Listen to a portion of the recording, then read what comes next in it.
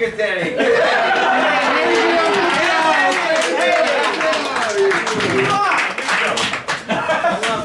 Uncle Joe, Uncle Joe, Uncle Joe, Uncle Joe, Uncle Joe, Uncle Joe, Uncle Joe, Uncle Joe, Uncle Joe, Uncle Joe. Come on, take Berlin.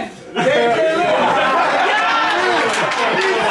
That's the fight again. Is the mic on? Yeah, it is. Okay.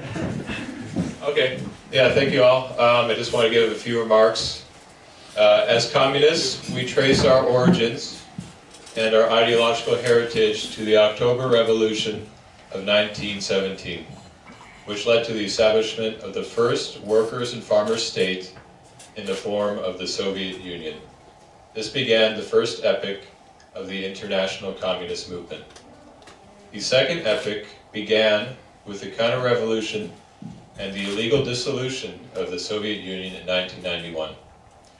The direct lineage of our party begins in this second epoch with the formation of U.S. Friends of the Soviet People, which led to the National Council of Communists USA, and finally the formation of the Party of Communists USA on May Day 2014, now 10 years ago.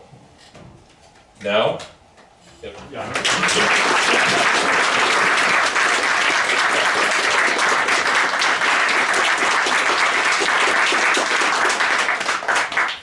And now our third Congress takes place at the beginning of the new epoch, the third epoch, the epoch of multipolarity. The beginning of this third epoch in the international communist movement is marked by the anti-fascist special military operation in the Ukraine. This operation has drawn the line in the sand beyond which NATO and its fascist proxy forces will not be allowed to pass. Thus, the uncontested rule of Western imperialism in the world, which has been unmatched since the demise of the Soviet Union in 1991, is coming to an end.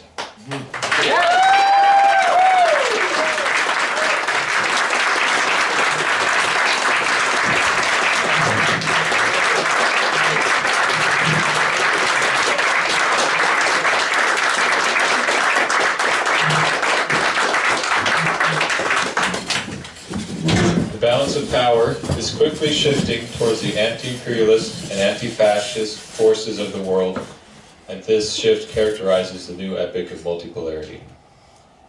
Our comrades in the party are well aware of the new challenges which have emerged in this new epoch. The Russian special military operation has divided the world communist movement in two.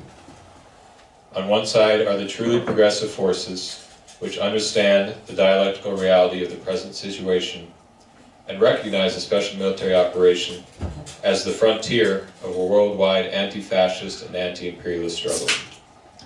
On the other side are the ultra-left organizations, which view the war as nothing more than an inter-imperialist conflict and thus oppose the operation in general. These organizations are fundamentally the same as all ultra-left groups. As we say, left in form, right in essence. There you go.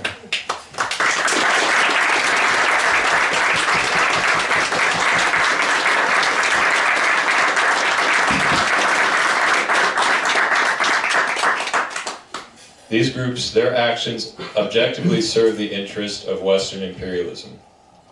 Thus, once again, we face a struggle within the struggle.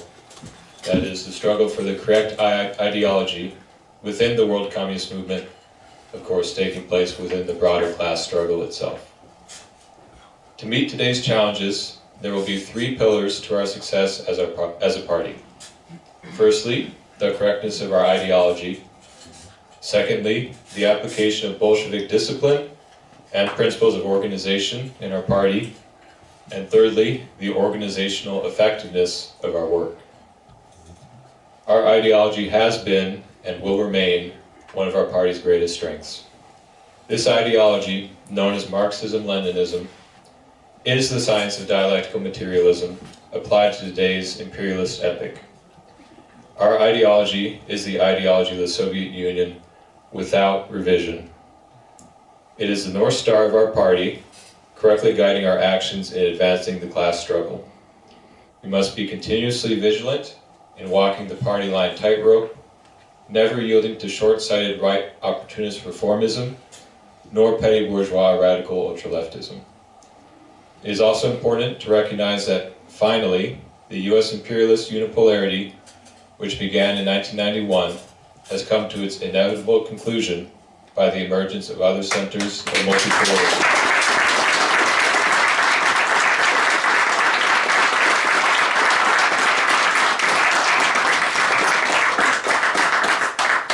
These other centers being exemplified first and foremost by Russia and China.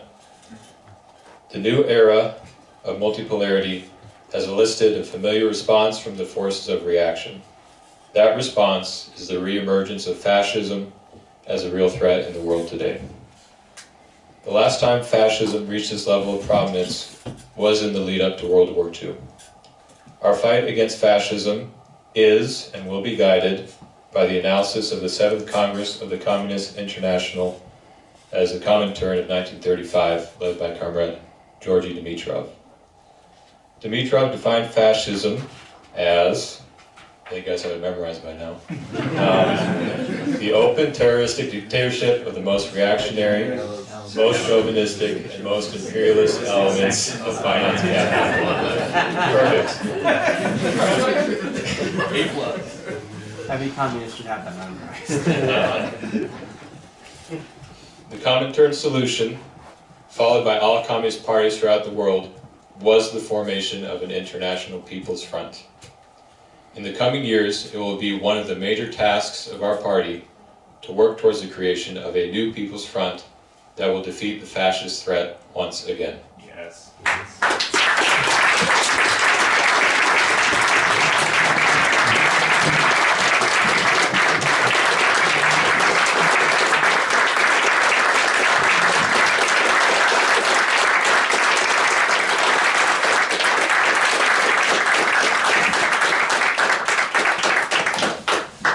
The second pillar of our success as a party will be the Bolshevik form of our organization.